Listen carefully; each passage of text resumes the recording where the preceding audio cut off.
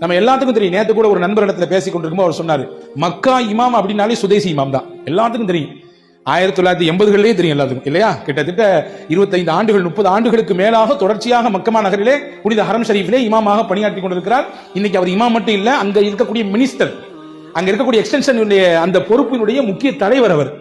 இமாம் என்ப இந்த கேட்டகரியெல்லாம் தாண்டி வேற எங்கேயோ போயிட்டார். அல்லாஹ் எங்கேயோ ஒன்று உயர்த்து வச்சுட்டான். அந்த இமாம் சின்ன பிள்ளையா இருக்கும்போது ரொம்ப சேட்டை பண்ணுவாராம். சின்ன பிள்ளையா இருக்கும்போது இமாம் சுதேசி அவங்க அம்மா சத்தம் போடுவாங்களாம், உன்னையெல்லாம் அல்லாஹ் காபத்துல்லாக்கு தான் இமாம் ஆக்கணும். எப்படி? அவங்க சத்தம் போடுறது கூட துவாவாக சத்தம் போடுவாங்களாம்.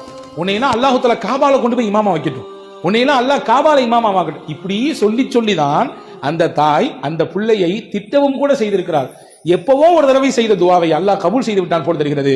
அல்லாஹ் ஆண்டாண்டு காலமாக தொடர்ச்சியாக இமாமாகவே இருந்து உலகெங்கிலும் வாழக்கூடிய முஸ்லிம்களின் இதயத்திலே அவர்களுடைய குரல் வந்து ஒளி